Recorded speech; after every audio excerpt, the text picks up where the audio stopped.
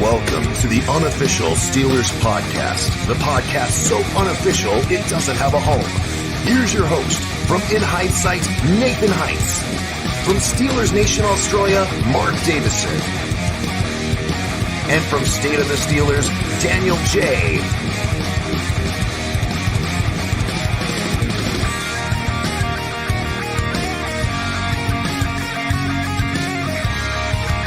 Here we go. What is up, everybody? Welcome back to the Unofficial Steelers Podcast. I'm Daniel. Alongside with me is Nathan. Nathan, how you doing, man? How did you enjoy that win last week? Yeah, what's up?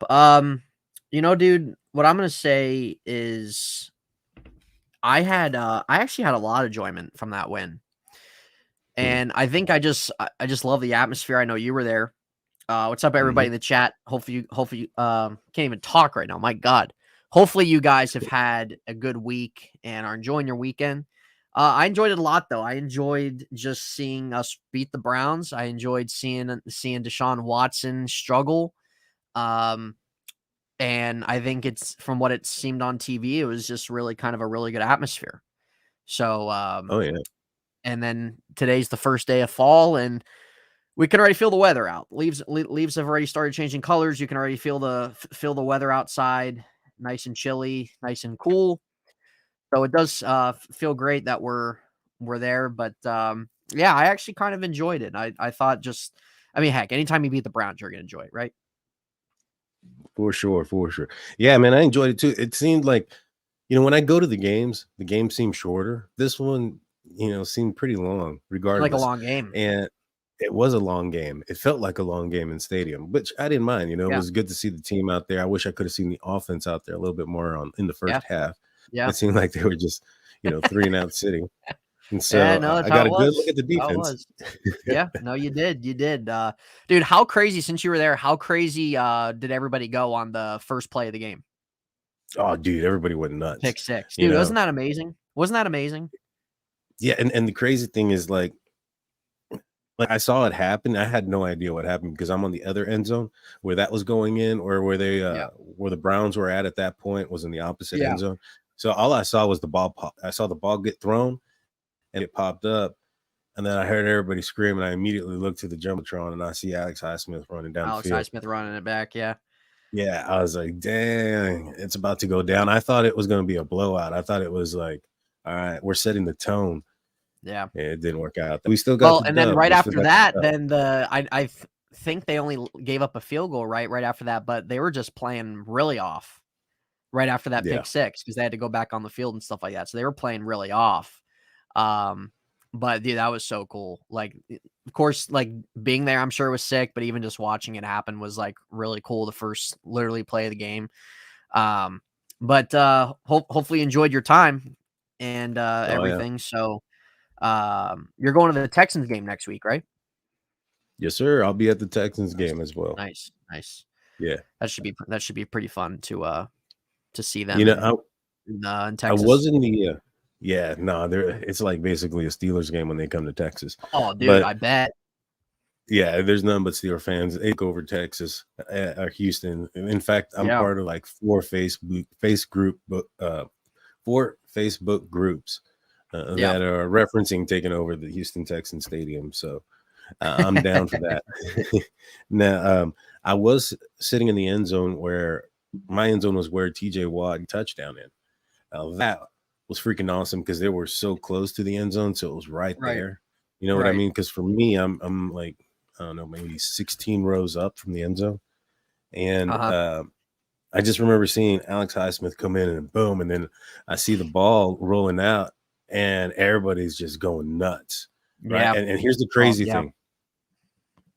Renegade was just played, I believe. Mm-hmm. They had just played, and then that play happened. Yeah, that play happened. Renegade actually worked. It worked, dude. And wow. And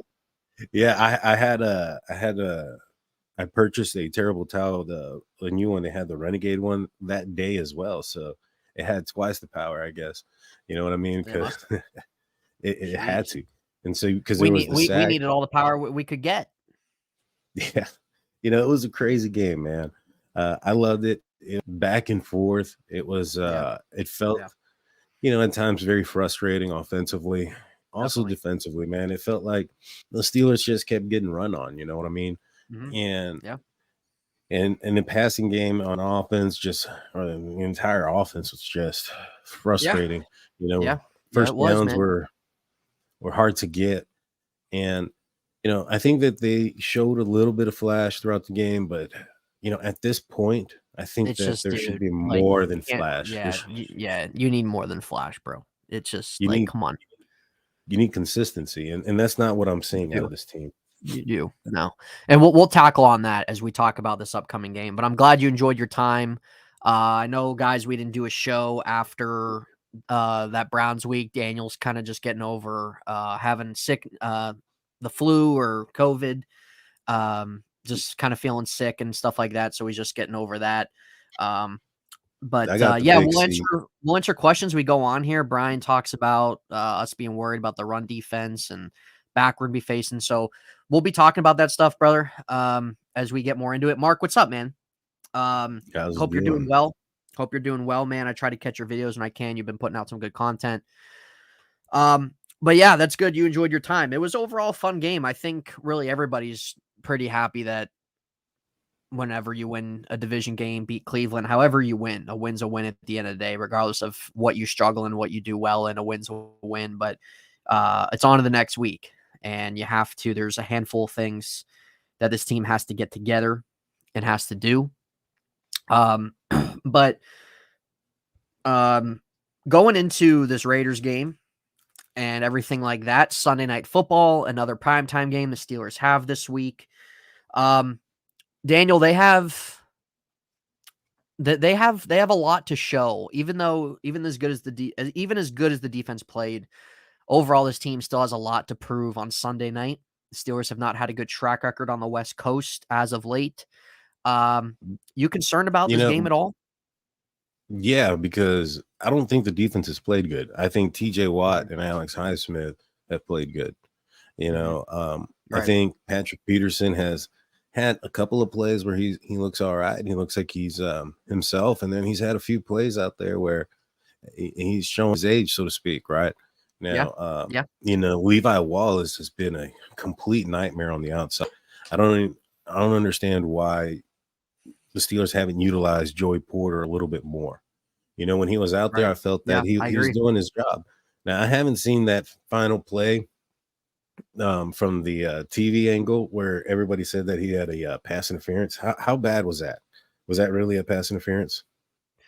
Well, he definitely had hold of the jersey. I don't know how much it comes into play in the sense of the ball not being catchable. The ball was not catchable at all, but he definitely had a handful of the jersey. Yeah, So if at that point in time of the game, if it's supposed to be something where even if the ball's not catchable, they still can get you for holding or pass interference, whatever, probably should have been called. If it's something where it still is fine that it's not a catchable pass, then it is what it is. But yeah, still, even just in the moments that he was even in the moments of that he's had the first 2 weeks, he still has shown things that you wanna see, and that's why he's definitely deserving of some more chances out there. yeah, for sure.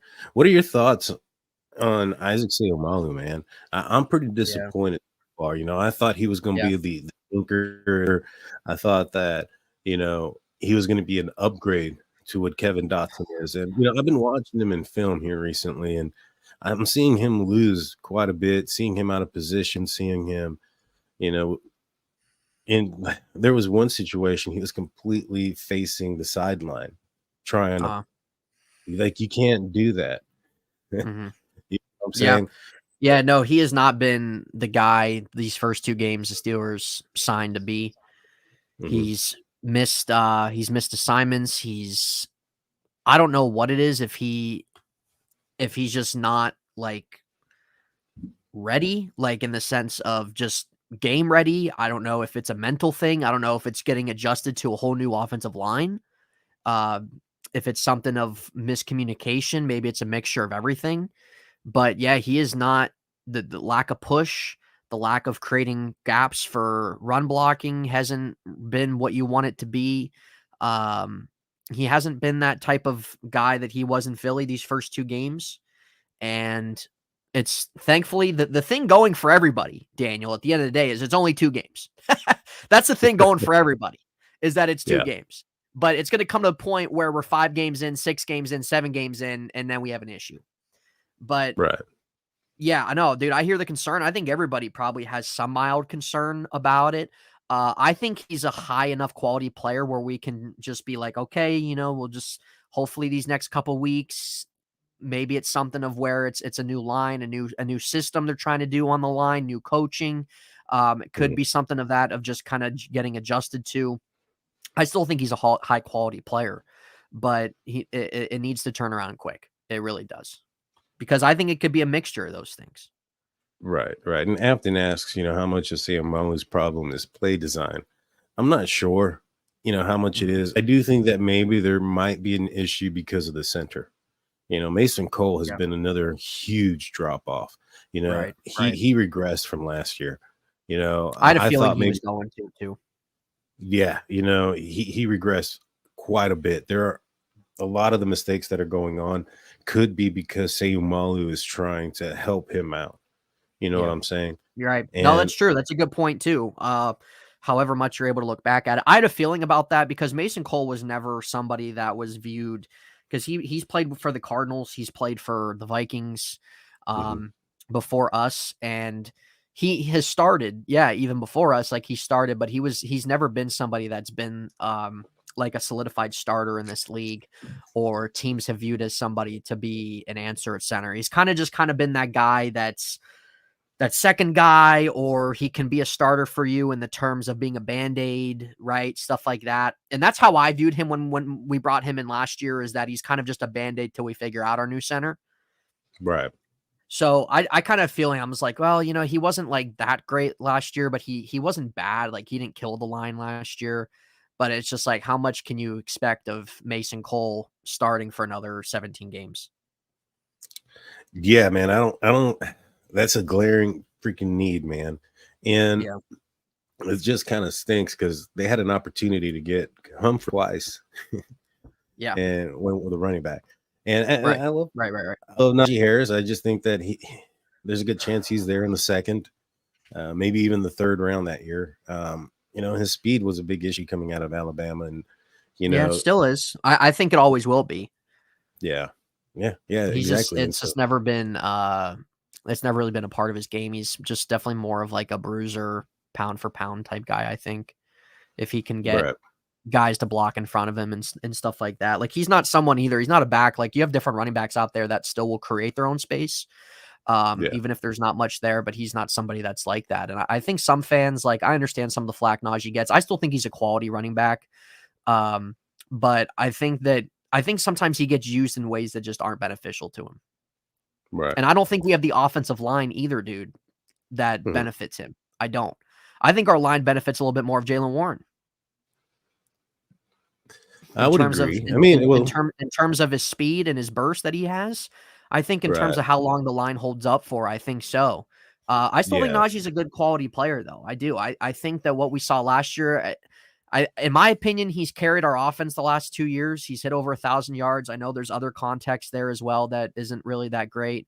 But in terms of just him as a player, I still think that there's things there to like. And I think if maybe they use him in different situations a little bit better too, I think that would be good.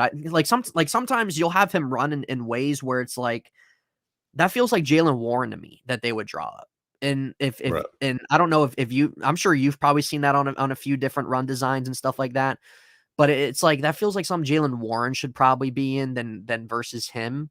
But I think at the end of the day, you gotta, and we'll talk about it offensively, stuff like that.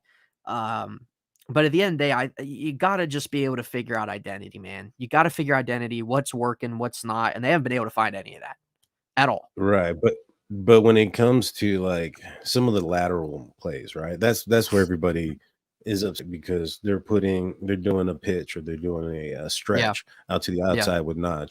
Right. The reason they're doing that is because the defense is just piling everybody up in the middle, right? And the weak point of the line right now could be Mason Cole. So that's the middle. and it's not working. I mean, he's running into a brick wall. So the only chance they have is to stretch him out and or throw the ball. And that's what they've been doing. That's why we've seen, a lopsided game plan where it's 40 passing attempts to like 12 to 15 rushing attempts. Yeah, it's just, dude, it's just not good. It's not good with that. You can't have that. Nobody's successful with that. Do you think I mean, dude, that, I remember back in the day. Sorry, Daniel, go ahead.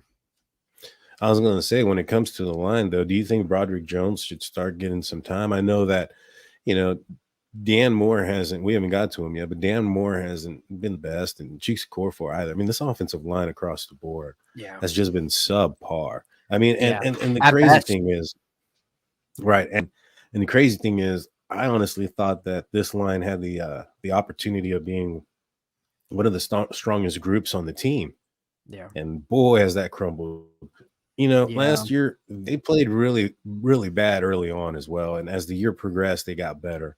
Hope that's a situation here. But, with that being said, going to the outside or stretches or running these screens, that would be better for a more athletic tackle, a tackle that can get out there. Why isn't Broderick Jones on the field yet? Dude, I hear you, man. I hear you. Give him I get he's 21 and he's really young and stuff like that, but it's not like he didn't show anything bad in camp as to like, okay, this guy needs to be like a red shirt his first year. No, he didn't have that. There was nothing that was coming out or that we watched in preseason that he had to sit a year or something like that. So, yeah, why not try to ease him in there more and then have him fully take over? Because, Dan Moore's kind of had the same thing. Like he was okay in camp and preseason and everything, but he hasn't lived up to that either. And he's in what, year 3 now, year 4, right? Yeah. On this roster. So why not give the rookie a shot and whatever makes sense, whatever they decide to draw up or whatever. But it's just one of those things that it's just like what you said, dude. It's bad across the board. From your center to your left to your right, it's just bad across the board, and it's not benefiting anybody. No, it's not. And those outside runs, Najee had one that went for about 12, 13 yards, but it was blocked correctly. Right. There was another one that he had the long run where he stopped, turned around, and run back. Went the other way. Yeah, they had the tight end on that play was Connor Hayward. And he was his job was either to block the end or maybe perhaps a linebacker crashing in. And he got blown up. And but he's not, you're using the wrong player for that. Put in Darnell Washington and have him catch the freaking ball too. Target the guy. Dude, seriously, man. I agree. Why not on some play action? They've thrown play action. I read something that they've done play action like 8 times this year. Why not get something like him involved in that? Well, play action really isn't like Kenny's not very accurate after play action. His stats are pretty bad when it comes to play action when he does it. And the thing is, I think he has problem reading the zone a little bit. And so if he has to turn his back and then turn around and then try to process what he sees, it's not working out for him. So I think that's why they're not going to the play action, and that the only play action they can run the ball anyway. Yeah, but the play action that they do is it's like an RPO style, right? Where he's in shotgun and Najee's cutting in front, and that's solely because he doesn't want to turn his back. Now Ben didn't want to turn his back just because of his age. I think Kenny don't want to turn his back because. Well, not that he doesn't want to, but by the time he turns around, timing is a huge thing. And, being able to process what you see very quickly because you had your back to the defense. And those are kind of the two things that he kind of struggles with right now. Now, he's young. He's early in the league. I'm not sure what kind of style offense Pitt ran when he was back there or what kind of defenses that he went up against. But, he's going to have to learn those things and progress there. So, I'd love to see more play action pass too, man, but it don't work when we try it. Apparently, I think the stats were like 40%, less than 40%. successful. So something like that. It was pretty bad. And I did see. Did you see the fine that they gave Jaylen Warren? Yeah, I did. Dude, they fined him for one play. His whole game check was like $43,000. They fined Deshaun Watson 3 different personal foul penalties, and I think including one touching the ref, and they all together added up to $38,000. That sounds about right. Yeah. It sounds about right in what universe? That's the NFL. That's the NFL in a nutshell. Yeah. I was just like, are you freaking serious? You got this guy who is a what's the word? He's like a not the best role model in NFL. He's already made the NFL look bad, right? Oh, absolutely, yes. There's so many Cleveland fans that don't even like the guy. Right. They hate the fact they went and got him.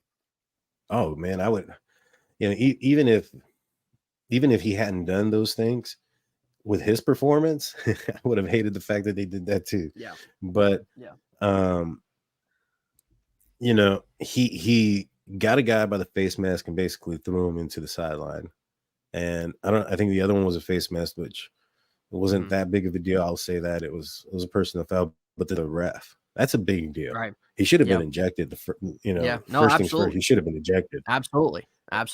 But Roger's like, oh well, Deshaun, we're glad that you've assaulted these people. We appreciate that. You're only going to be suspended for half the year. Meanwhile, if you bet on sport games, you're done for the whole season. Meanwhile, if you smoke a joint, you're done for the whole season.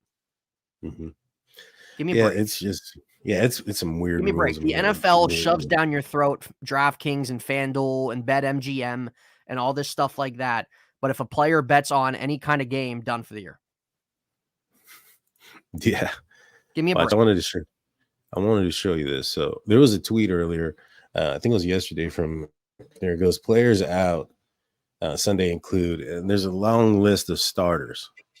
The very last one says Trevon Diggs and Gunnar Olszewski. I was like, Wendell. Wow. I was like, way to be in the same conversation. Right. I was like, hey, one of our guys made this kind of list. It was insane. I saw this and it made me laugh. It made me chuckle. I thought I'd show it to you guys. Hold on, give me 1 second. I'll be back in like 5 seconds. Give me 1 second here. I got to get my dog out of the room. She's freaking crying. No problem. So, I was at the game this past, Monday night. It was all right. The offense was a little bit frustrating. The defense did okay. I think that Joey Porter probably needs to get some more snaps. I know that he had 14 defensive snaps this past game. He had 7 defensive snaps the game before. So he's doubled up already. I hope he gets double that this game. But I've noticed that when he was out on the field, it wasn't him and Patrick Peterson. It was him and Levi Wallace. So I don't know if that was because Minka Fitzpatrick was out, the second half of the game because of his chest injury. And perhaps Patrick Peterson, I think he was playing safety in a few plays, to cover, to be that guy that can, catch the ball in the back. But, that's when I had seen Joey Porter out there. I'd like to see Joey Porter with Patrick Peterson on the field, but I think they both play the same side. I could be wrong, but I think that's the case. Let me see. Go through some of these and see if you guys have any questions.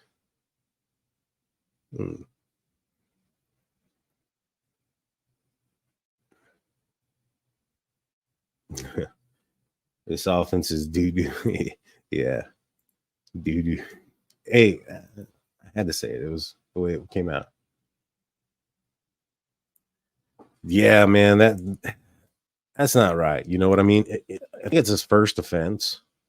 And, it was in the moment. I don't think it was something that was intentional. And so for the NFL to go in there and take his entire check and hit him harder than everybody else. I mean, another player that got hit is Quan Alexander. He had a $43,000 fine as well. And it was just like, man, you guys are really, really hitting the Pittsburgh Steelers hard. Like, they're playing football. It's a contact sport at the end of the day. Let's see.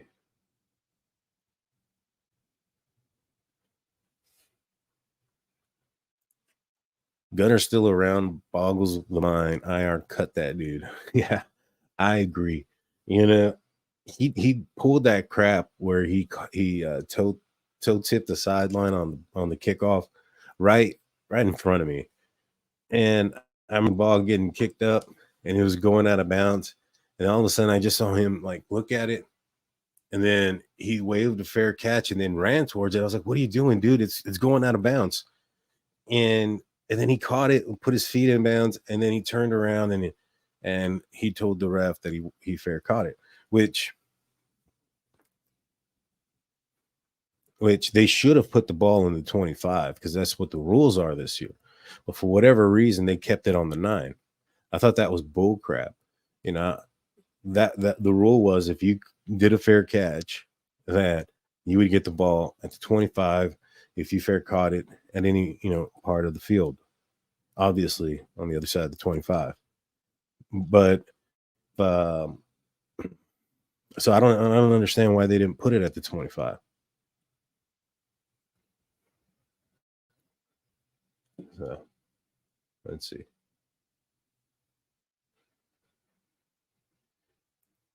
Did you see Alex Highsmith is a Nike guy now?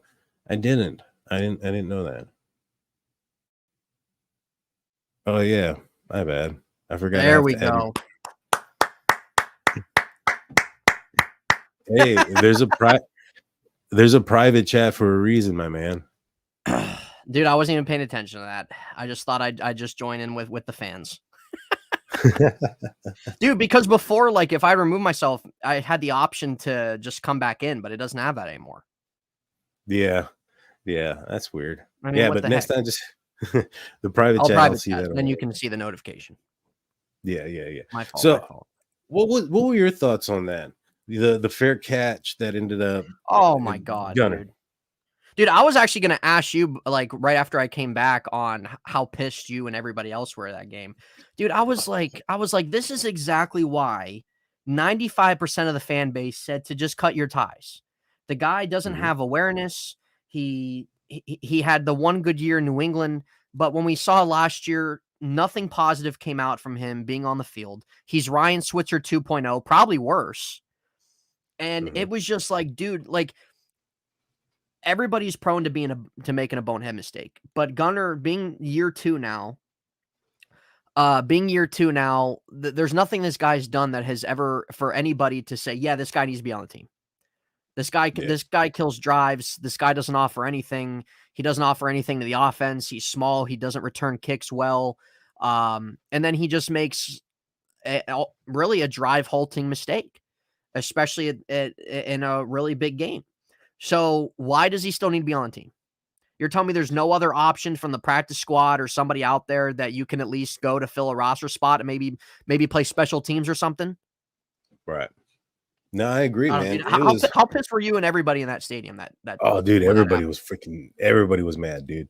I think everybody was like, cut him, like, and the thing is, like, he was a Pro Bowler at returning punts or for being a special team. Yeah, he had the one good year of being a returner. Yep. You would think that he would know the rules, right? That if the ball goes out of bounds, you get the ball at the 40. Like, I don't know. I don't know what he was thinking. And then he had the fumble. Now, I think that the fumble may attribute it to the concussion he said he had.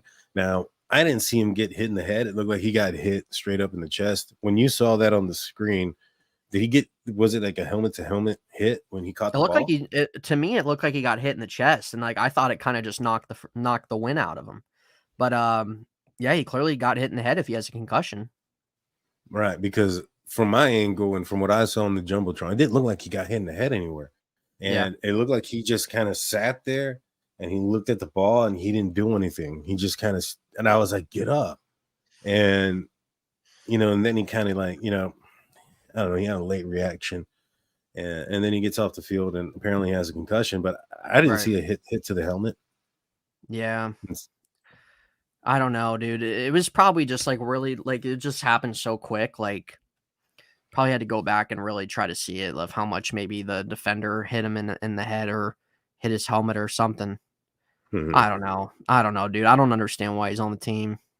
He doesn't offer anything, and it's nothing personal. Like, I'm not saying that to drag the guy. I'm not saying that to be a dick or anything like that. I'm saying that just everybody knows that. Like literally everybody on the team knows that. The owner knows that. The coach knows that there's no reason why he needs to be out there.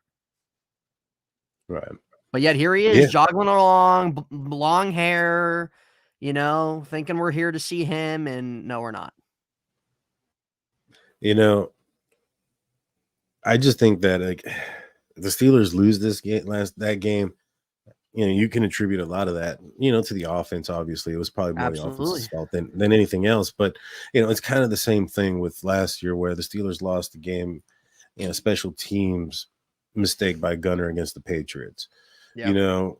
The fumble that he had, it was picked up. Was it? I don't even remember if it was scored or not, but I think they scored on that drive or on that possession. And so I don't know, man.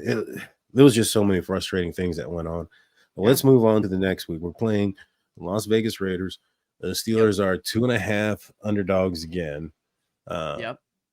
What are your thoughts on this game? What do you think? Do you think that the Steelers are going to be able to excel? Do you think this is going to be another tough matchup? Well, I'm going to say this. There's going to be a lot of Steeler fans there, which is good. There's going to be a lot of Steeler fans, which are good. TJ Watt's going to be there. Alex Highsmith's going to be there. So that's a plus, right?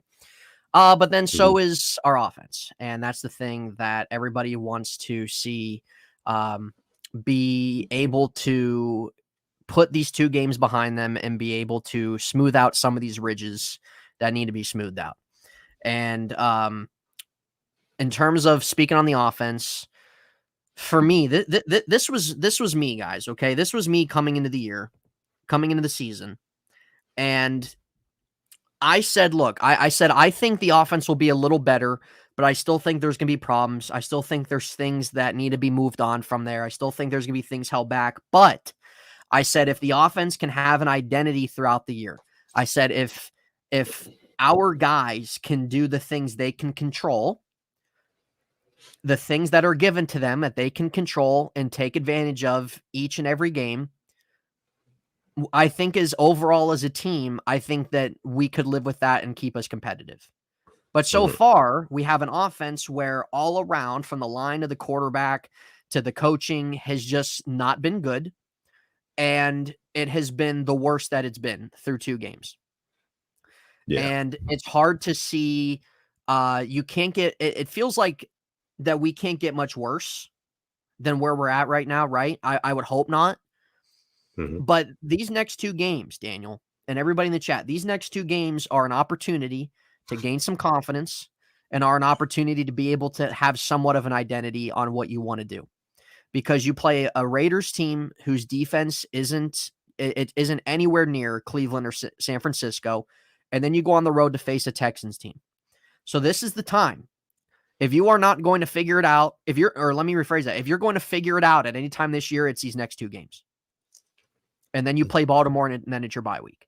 So this is the time to figure it out.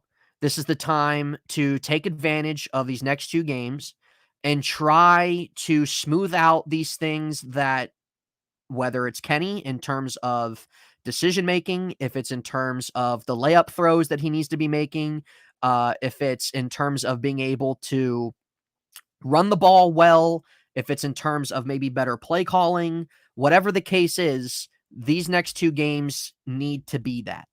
And that's not saying that we're gonna have that every game. Every game we're gonna have duds still. We're gonna have sometimes where we look flashy or where things look good on offense. That's how it's gonna be. But if you can be an offense that can control what you're given and take advantage of the things that are there that you can do and are in your own control to be able to do and outplay the defense or be able to whatever the case is, not make mental mistakes, right? Being able to hit your guys in stride, being able to hit the guy that's open, being able to run efficiently. I don't know. I can go list at a time. But really my point is, to not keep repeating myself, is if you can be just an offense, because we know this offense is still going to be held back. This offense just still isn't going to be where it needs to be this year. But if you can be an offense, bottom line, if you can be an offense that more times than not takes advantage of the things that you should be taking advantage of, I think this team can still kind of keep itself competitive, if that makes sense. Yeah, I agree. I agree. I mean, and I think the biggest issue is that the defense, yes, for the Raiders isn't as good as the other teams, but they play a similar zone type of defense that the Niners play. And so that's where my concern is that I understand that. That is this offensive team's weakness from what I can tell. Yeah. And if Kenny can get over it, because I saw some plays, like for instance, the touchdown pass to George Pickens, right? He looked, at the first pass, the first concept, it wasn't there, it didn't work. And then he looked back to the second one, and that was George, and he hit it in stride and went for a touchdown. It was constantly open, but he finally got it. And you go back and you're just like, all right, that's what you need to do. He looked confident, he looked calm, his feet weren't crazy, weren't crazy. He was able to throw an accurate pass. But it's just about doing that consistently. More often than not, that's not the case. And I honestly think the 49ers shook him, man. I think they hit him, and they hit him hard. And I think they were fast. They were a lot faster than he anticipated.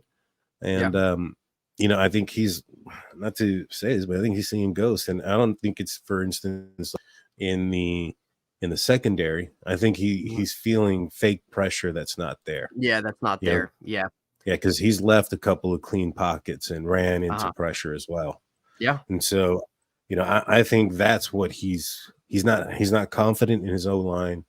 Yeah. And he's feeling pressure that's not there. But see, and that's what I'm saying, man, is that these next 2 games, you gain some confidence, then there you go, as you go into Baltimore and into your bye week and everything like that. These next 2 games, through my eyes, are very crucial for the offense. Because this is great opportunity. And you can get back that confidence. Yeah, you can get that confidence back. Look, the offense, we all know the offense isn't going to be where it needs to be this year, 100%. But if you can you don't turn the ball over, you are maybe somewhat a little better than what you were in the second half of the season last year, you can be okay. You can be okay. But at what point does Kenny need to live up to the first round grade? Being the first quarterback taken in his draft. I mean, regardless of how weak the class is, he was still the first one taken off the list. Yeah, so at what point do we hold him up to that standard? Because he's at 15 games now, and something like that. It's almost a full season. He'll have 16 after this week. He hasn't thrown more than a touchdown in a single game. Right. Hasn't had I don't think, has he had a 300-yard game? I don't think he has. One. I think one against the Bengals last year. You're right. I think he did get 300 yards. I guess we didn't run the ball very much that game because we haven't had a 400-yard game. Yeah. Yep. Don't think we did. Yeah. So we probably ran the ball poorly that game. But we were also trying to catch up. Well, no, we were winning in halftime in that game. We just kind of screwed ourselves in the third quarter and then had to catch up. Yeah, the third quarter was bad. But I think really kind of like your question in terms of let's see, once against the Bills, another against Miami. Okay, so I guess he had the 300 game against Miami too, Devin says. Okay. Ravens can their OC mid-season and won. How did he look more confident as a rookie with the whole offseason? Hope he locks it in. Yeah, we hope so too, Ray. We hope so too. Ali says Kenny will bounce back. We've seen it from him. Don't know what's up right now, though. I don't really know what the time frame is, man. I feel like that regardless of how he performs and everything, I feel like they're at least going to have him for his rookie contract. I don't know what the time frame is, like in the sense of for us as fans of how much longer we'll give it. I think just everybody's just kind of wherever they're at with it. But I think for the organization, I feel like the time frame is like, if things don't get better, we'll probably see a new offensive coordinator next year, and they'll probably give that a shot and hopefully see if that changes any type of direction. And then if not, then you go on and you probably maybe move on. But for me, in terms of how long I'm going to give it, like, I liked what I saw from him the last half of the season last year. Like, he didn't blow up the stat sheet or anything, but I thought he'd made some good decisions and played better and was a smarter quarterback. And he had some nice game-winning drives that we know of, which were nice. But that's the thing. After preseason, everybody was pretty excited, just given the fact that, okay, it's preseason. He has the whole year. He's looking pretty good. And then here we are now. I don't know. Like, it's kind of hard, man. Like, for me, I can't really sit here and give like a certain really timetable. I think really, I'm gonna say this at least, that come when we're like in the middle point of the year, and if it's just really nothing there from him, I think a lot of us are probably just gonna say this might be just what he is. Right. You know what I mean? You know, how I know that there was a big conversation this offseason that they didn't extend Mike Tomlin's contract. I think it ends after next year, right? And Who's? Mike Tomlin's? Yeah, they didn't give him an extension yet. Yeah.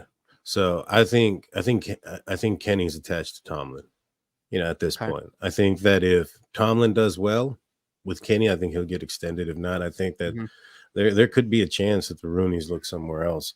They didn't extend him, and they have moved on from Kevin Colbert. They've turned the page. It's a new chapter, right?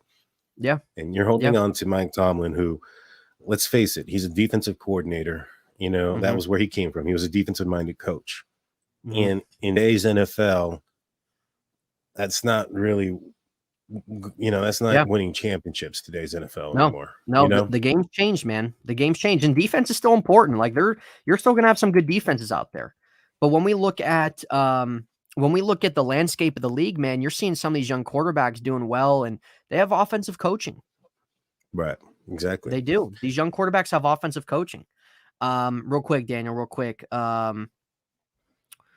Steelers Freak says, who takes Canada's place? Yeah, I mean, they'll probably hire within. That's given what they honestly do. So I wouldn't be surprised. I think we all, if they don't resign Canada, which doesn't seem likely at all, I think we all be for looking from the outside to bring in. Maybe with new management, maybe they will now. I don't know. He saw in 2 minutes, but doesn't seem to have game management skills. Let's see. If Canada was canned today, would he be next to Coach Randy F somewhere or coaching the NFL? Devin says, Devin, hope you're doing good, man. Frank Michael Smith and his co-host brought up this idea. Don't bring in Ben as the future OC, but he could be a solid intern.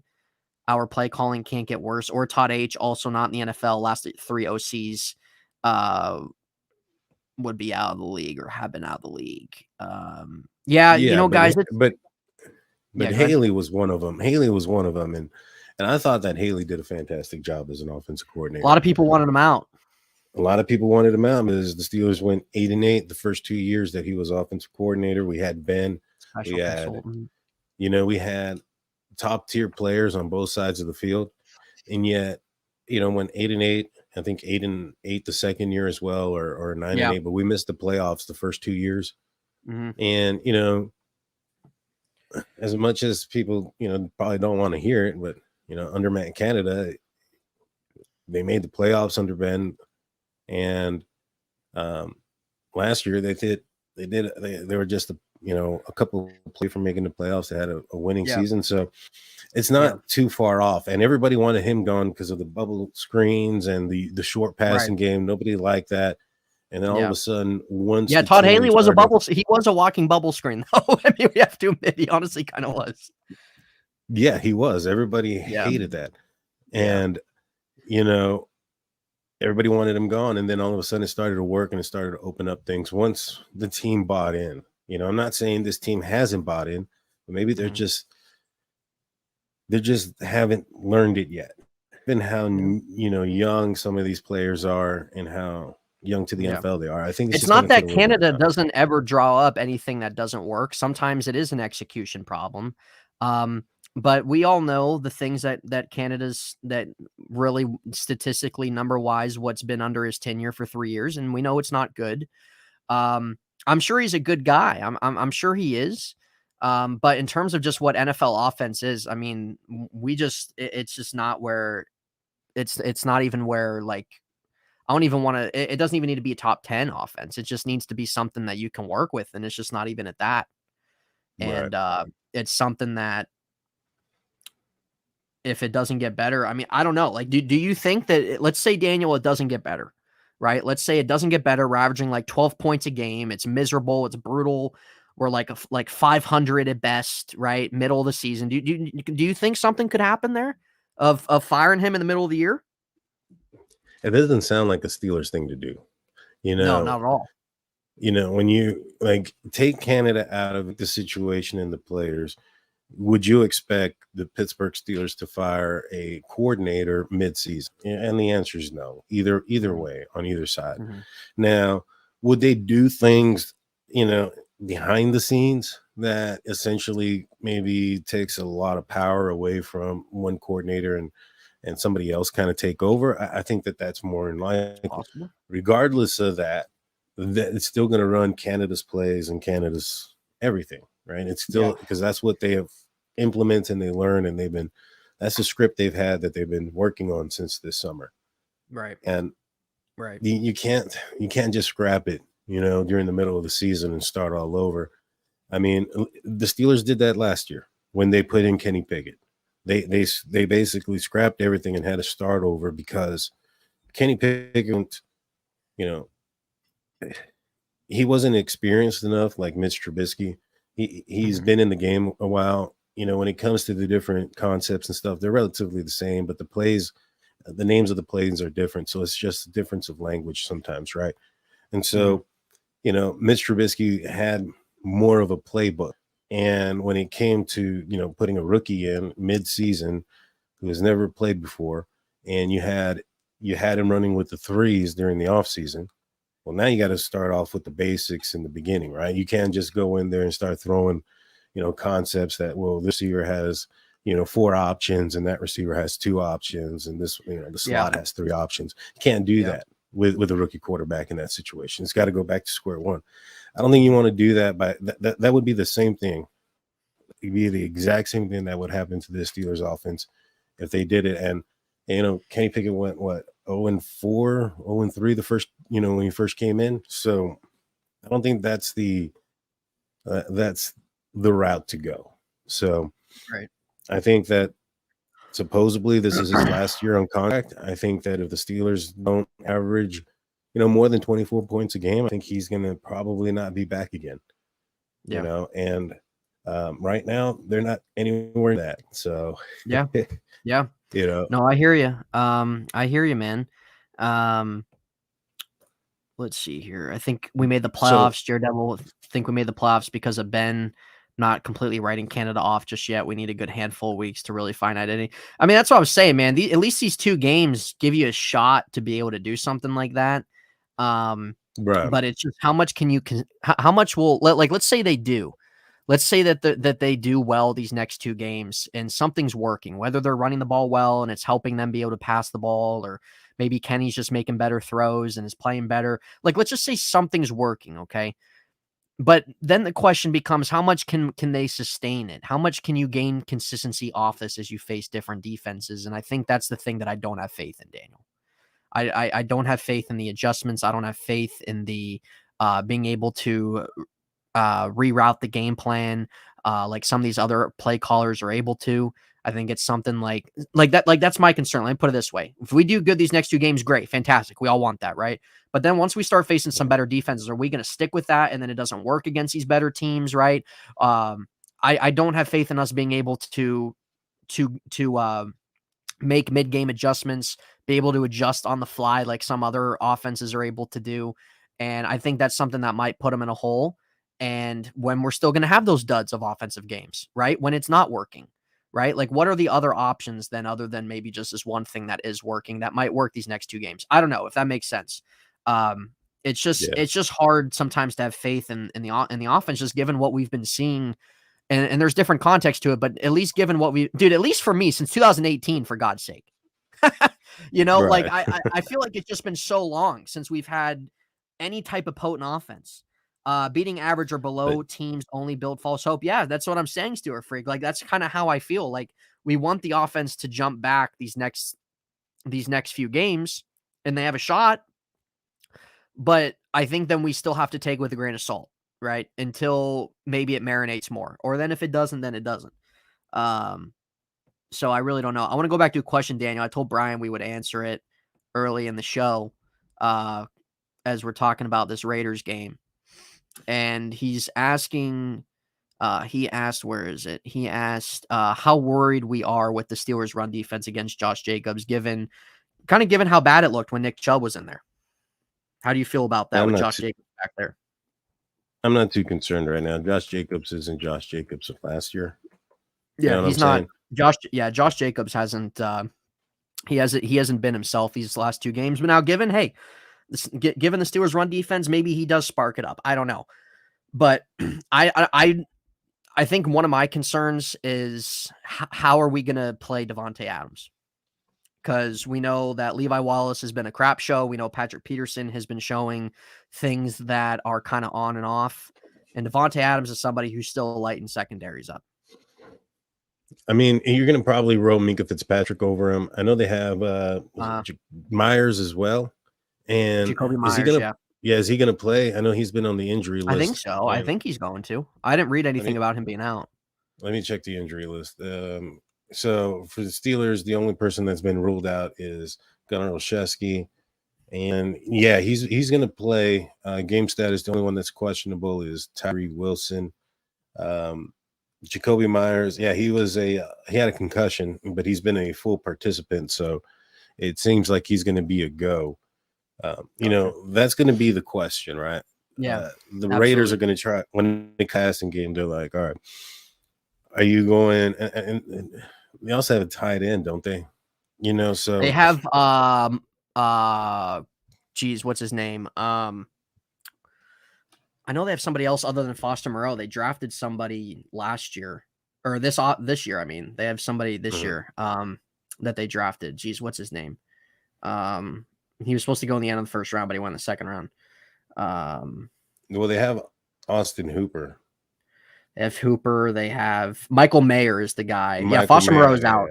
Yeah, Michael Mayer is the guy that they drafted this year from Notre Dame. But Austin Hooper, he was on Cleveland. Yeah. So they got some. Thank you, Afton. Thank you. They got some weapons there. You can't just focus in on Devontae Adams because then you're going to get killed over, right? So I would hope that they would put in, you have Garoppolo. Garoppolo he's more of like a timing quarterback. So I would anticipate putting in, Joey Porter Jr. more often, somebody that is going to get his hands on the receivers and disrupt that timing. That's what you're going to have to want to do. I think Patrick Peterson, he was pretty good at that as well. I think those are the guys that you're probably going to play in this game on the outside more. I would at least hope so, but Mike Tomlin, he just does this weird thing with the rookies, man. Like with Najee and at Freiermuth and even Kenny, he took a month to come in, but with the other guys, he was willing to play them and put them in position to play early. Granted, there was a need for those positions, but I think that there's need for corner right now and our nose tackle. And so I don't think that, rolling in Keanu Benton and Joey Porter Jr. slowly or not throwing the ball to Darnell Washington yet is a good idea. I don't understand why they want to move the rookie so slow. Yeah, exactly. What are you waiting for? This is the NFL. It's the NFL. They're professionals. They get paid just like anybody else gets paid. Put them on the field and let's see what they got. If they're the best man. See what they got, man. Put them. Daniel, I hear you, man. I agree with you, brother. I don't understand why the Steelers like to play this game of cat and mouse with it.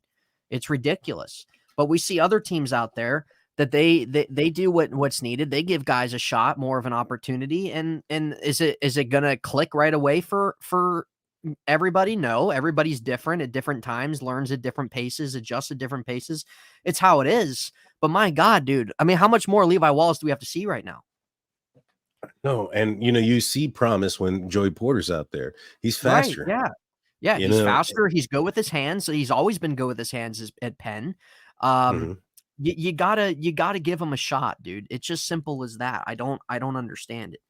Roy, right, Yeah. to see if they have it or not. Yeah, the rookie in Detroit's playing pretty good in the secondary. Yeah, exactly. Like I don't understand why it's just such a forbidden rule with the Steelers that rookies, other than I guess Najee Harris, why rookies can't start early on in their career or right away. It's like an unwritten rule. I mean, how many times can we go back in time and see some of our top picks not start right away? They don't start till middle of the year, right? Like it's just it's like an unwritten rule for them, and I don't get it.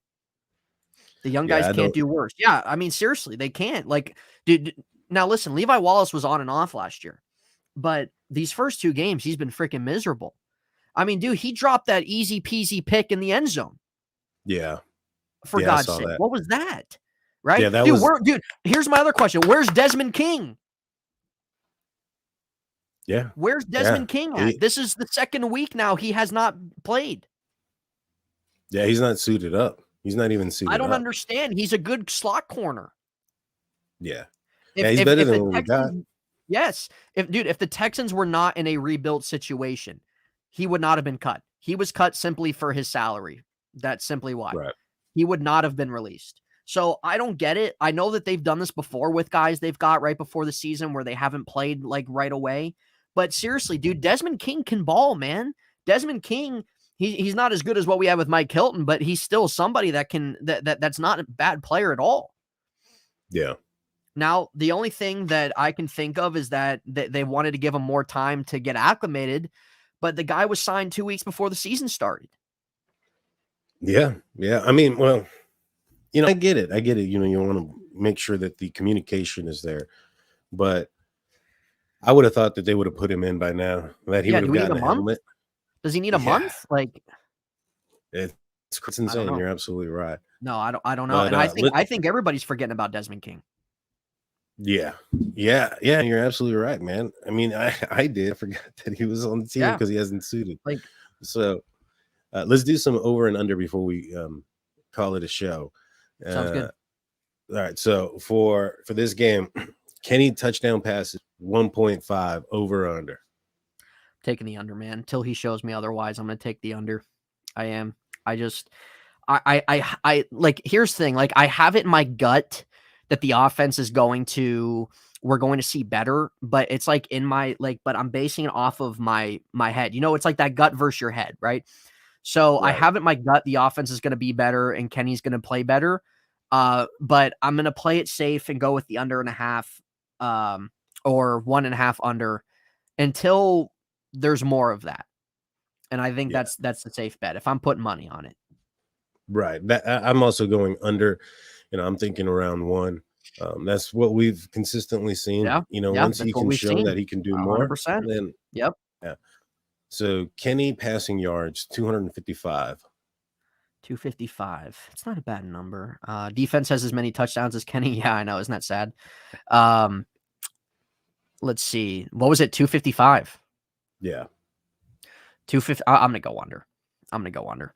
I actually have a feeling. I think we're actually going to come out and run the ball fairly well this game. Mm-hmm. And I think it's going to help open up our offense a little bit more. But I'm going to go under 255, given the fact that I don't think we're going to throw it as much as we have these last 2 games. And I think we're going to be able to run the ball.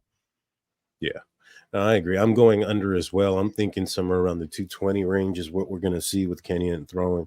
And not so much because, he's going to do bad or poorly. I just don't see this offense pushing the ball down the field. Taking off. It seems like, it's a lot of like 8, 5, 10 routes. I don't think he's got a completion over 20 yards or 20 air yards or 30 air yards, something like that. Sounds about right. Yeah, it sounds about right. I don't see that happening, especially if he has to get the ball out fast. So I don't see the ball being pushed down the field. So I'm going with under as well. Yeah. Kenny Pickett interceptions 1.5. Oh, it's a good number. I'm going to go under though, Daniel. I'm going to go under. I think he plays a clean game. You do. I think under as well, but I think he's going to get one. I do think he's going to get one. Okay, so the guy's just a walking interception. I mean, we might as well just put it that way. I mean, he threw how many? He should have had 3 interceptions in this past game. Yeah, he should have. And my God, dude, that was terrible. I think he plays a clean game, though. I think he cleans it up a little bit. There's still going to be things there that it's like, hey, this is what we've been seeing. But I think he plays a clean game. I think he makes some better decisions against the Raiders defense. Yeah, I agree. And we all I'm hope going that. under as well. Yeah, we definitely do. Yeah. Sacks against Kenny. They have Max Crosby out there. Chandler Jones isn't playing. Nope. So, it's basically Max Crosby, and I have it at 2.5. I'm going to say under. I'm going to say I'll give the Raiders a sack. You going with I'll one? say 1 to 2 sacks. I'll say 1 to 2. I'll go under 2.5. I'll give them 2. We'll go under 2.5. I'm going with over. Over. Okay. Yeah, I'm seeing 3 sacks. Frosty says 3 on Kenny. Okay. Yeah, I'm going over on this one. Now, you mentioned that the Steelers are going to run well. So I have Najee Harris rushing yards at 55. Yeah, I'm going to take the over. I think Najee has his best game this year. And that's not saying a lot, but I think the fact that they've run the ball, like Najee's had like a total of 19 carries this year, which is garbage. I think that we're going to see a little more emphasis on that. I'm not going to say he hits 100, but I'm going to say that he gets a touchdown, and I'm going to say that he gets over that number. Got you. Yeah. And so, well, you answered the other one as well. Najee touchdowns 0.5. So 0.5, yeah. Definitely... he's getting a tutty this Sunday night, 100%. So on the 55 yards one, I said over as well.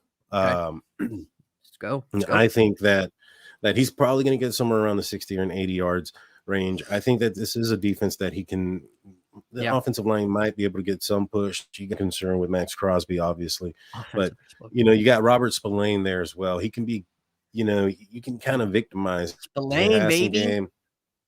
Get a wide receiver on him. Yeah. See if the Raiders. If the Raiders do that. Jeez. Raiders, get Spillane in coverage. It will help you, guarantee it. Did you hear Kenny Pickett's comments on Spillane? He called him an athletic linebacker, and that I think he said that he used to run routes for him when he first got there. I think that explains why they're so far behind. There you go. There's your answer.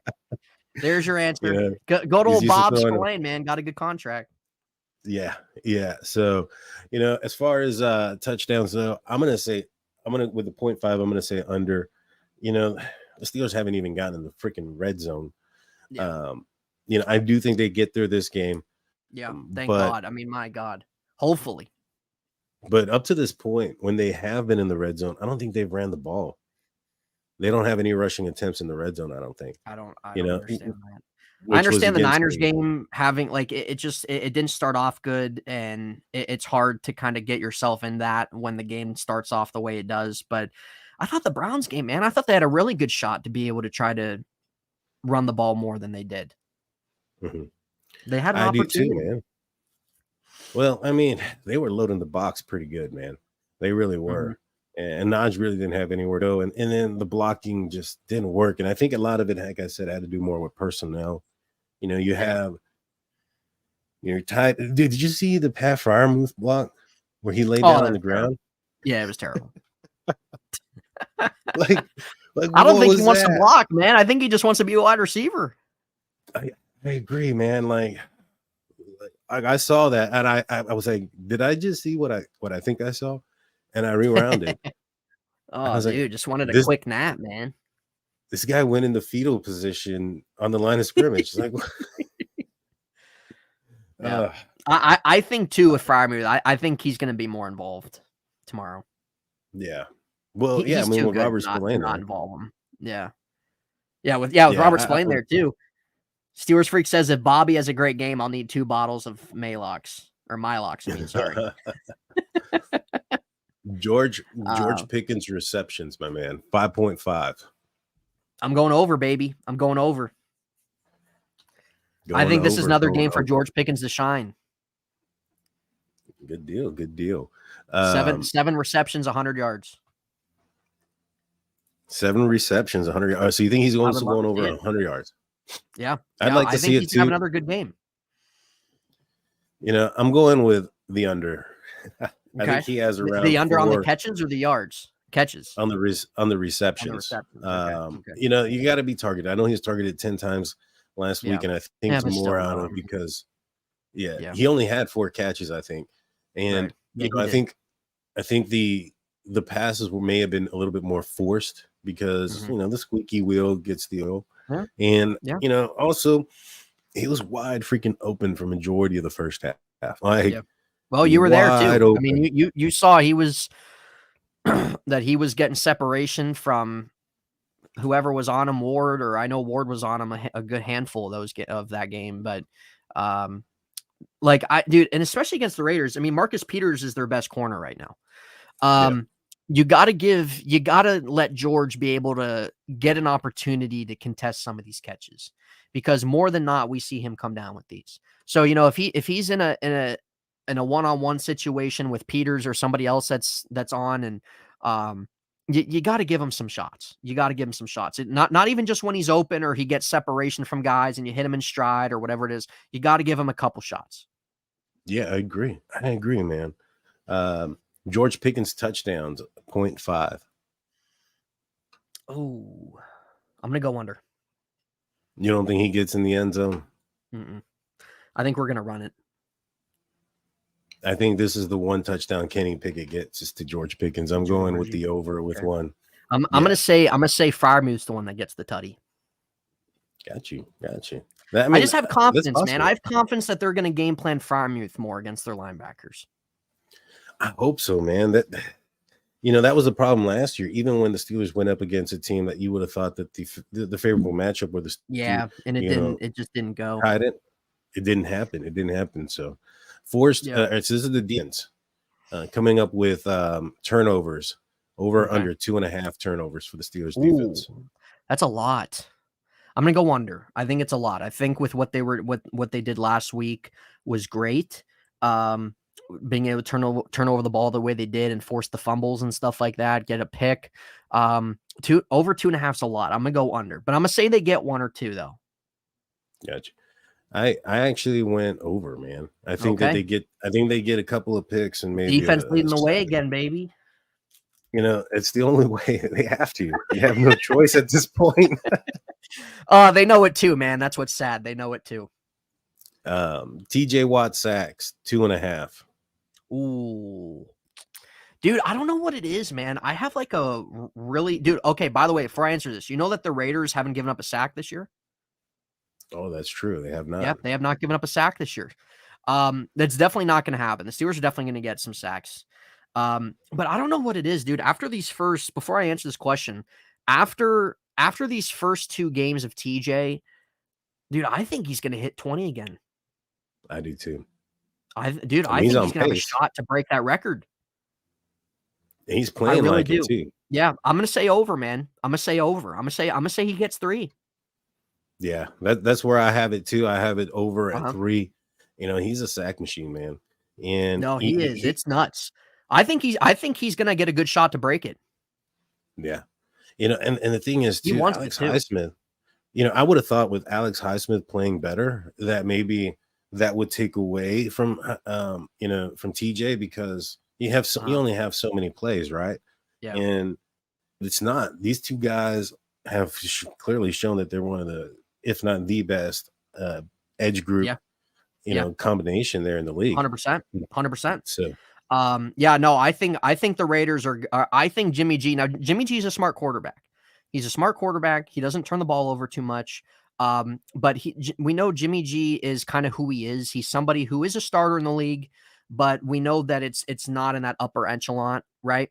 But I think that given our duo and given the pressure we were able to generate last week and against a worse line in Vegas, I think that we're at least get 4 or 5 total.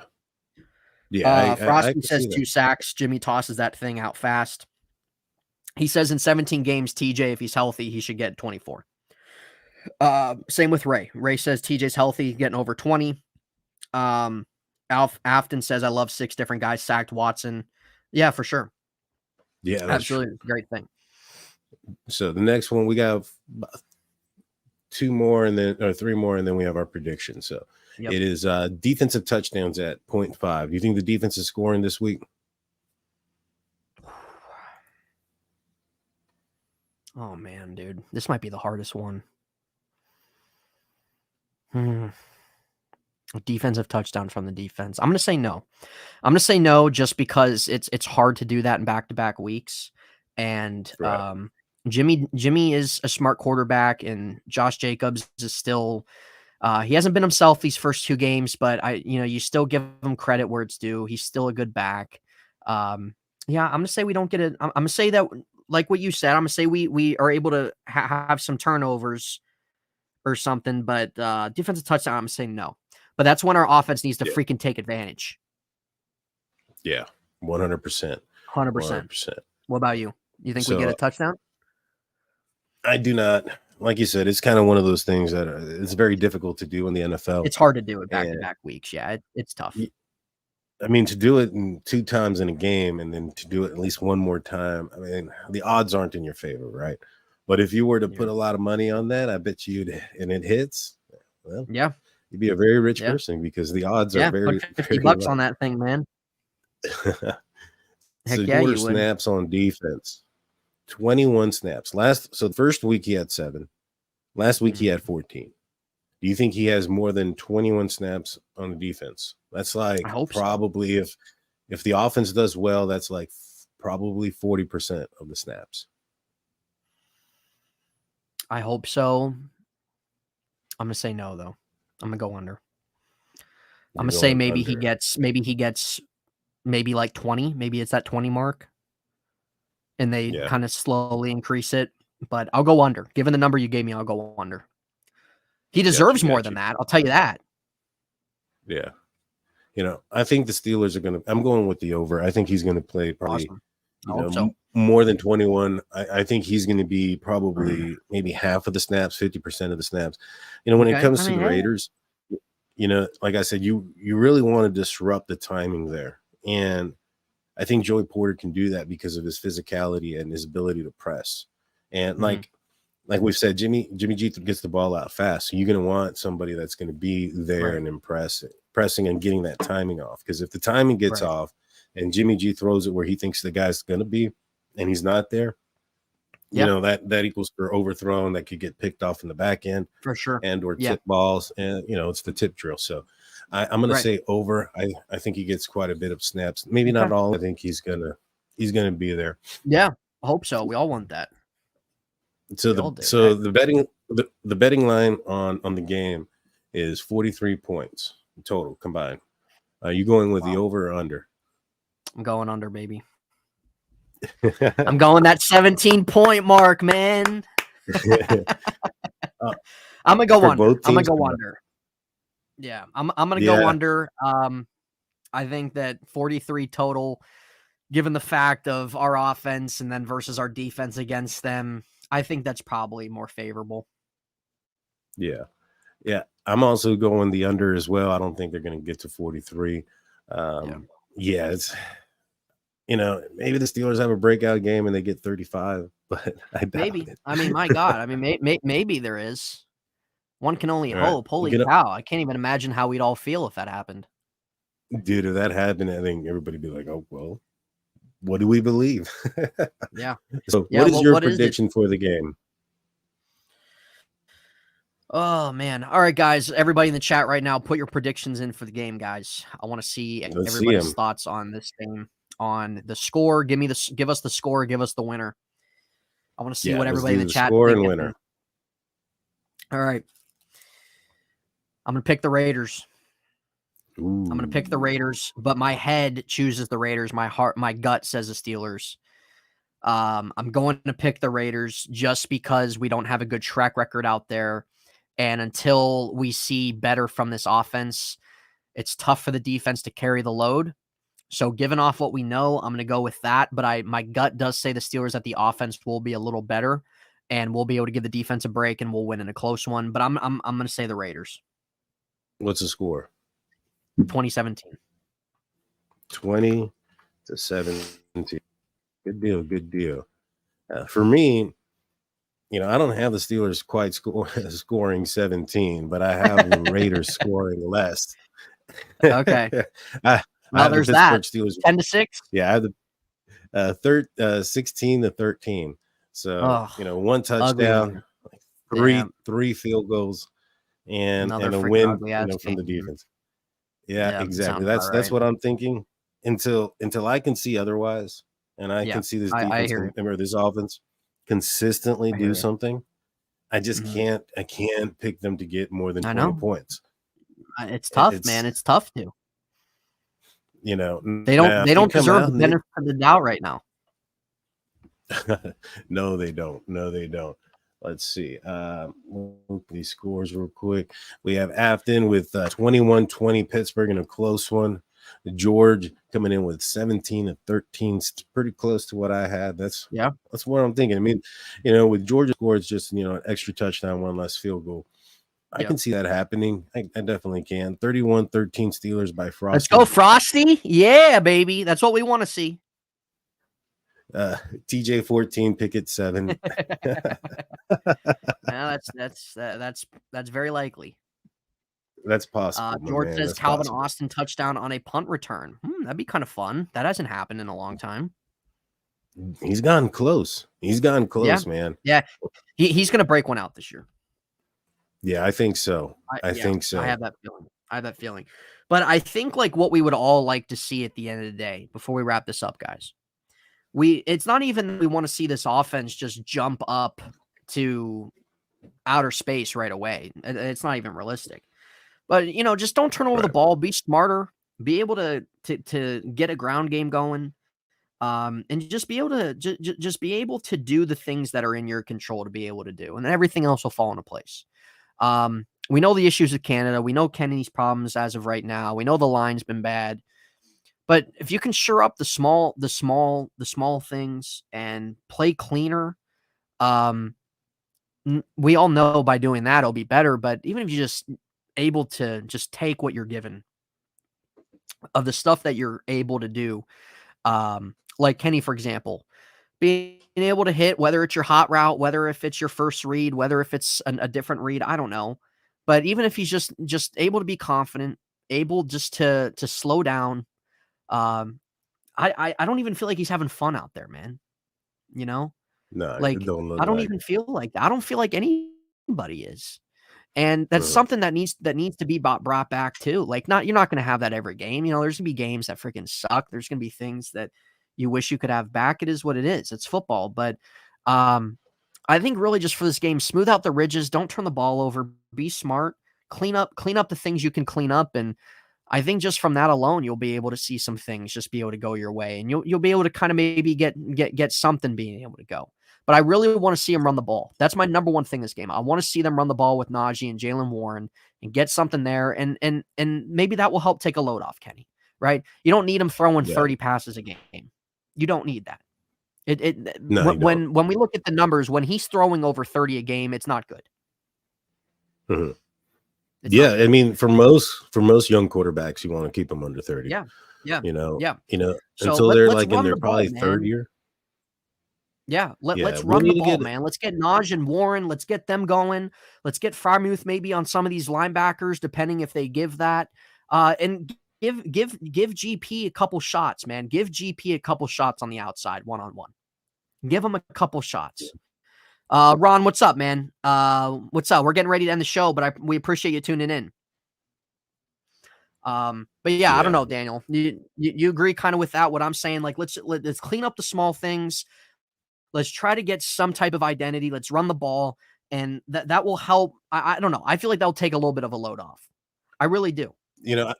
I think the fact that this game is not in Pittsburgh might be also a little bit of a load off. The pressure of going out there in front of the home team. Everybody was calling and chanting out Kenny last year. The hype, everything. Right. That's a lot of pressure. It's a lot of pressure. I couldn't imagine how much pressure is on him. Maybe just getting out of the stadium. Although he's going to be surrounded by fans probably at Vegas, it's not Pittsburgh. It's I don't think. Well, maybe you might hear some Fire Canada chants, and that might be some added pressure on him as well.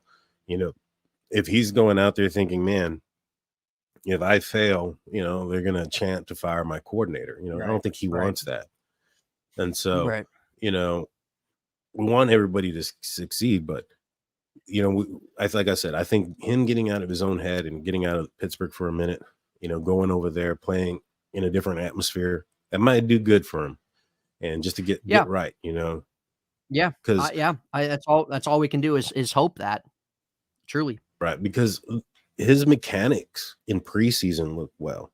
His mechanics in the regular season have reverted back to what it was last year. And in the comment section, I don't remember who it was. It may have been Steelers Freak had said that about like when he's rattled and he's shaking and he's reverting back to his what do you call it? Muscle memory. And his muscle memory is how he's been playing. So he's not focusing on his mechanics, and it's kind of affecting his game. But that's because he's, panicking. And a lot of it probably has to do, I think he's shook. Like we said earlier, I think he got shook by the 49ers, and he's been seeing or feeling pressure that's not there sometimes. Sometimes it is there. Yeah. And so, there's been times we're not saying that he's never having pressure. There's quite a bit of it. But there's been times where there is no pressure. And he's leaving clean pockets, and so or running into it, and I think that in this game, I think that might alleviate some of that pressure just being away from Pittsburgh, and going on the road, doing something different. You know what I mean? Getting into a hotel, spending the night in a hotel with your team, and maybe doing some like team building things the night before the game, or when they first get there. Nothing too late. You don't want them freaking partying or anything, right? But I think that'll help this team get going. And so but yeah, we'll be back probably on Tuesday, and we'll talk about the post-game show. We'll talk about we'll do a post-game show on Tuesday. If you guys haven't checked out, I've been doing some film breakdown. Go check out those videos. As soon as the all 22 comes out, I'll be breaking down some more and probably have it out by Wednesday or Thursday. This week it was out a little bit late just because I was dealing with the illness.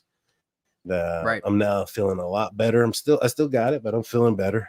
And I'll be working on. Well, we'll see how you feel after Sunday night. Yeah, if the Steelers kick some tail, I might feel a hell of a lot better than I do now. That's how you get. That's how you get rid of COVID, buddy. Oh yeah, that's the only way.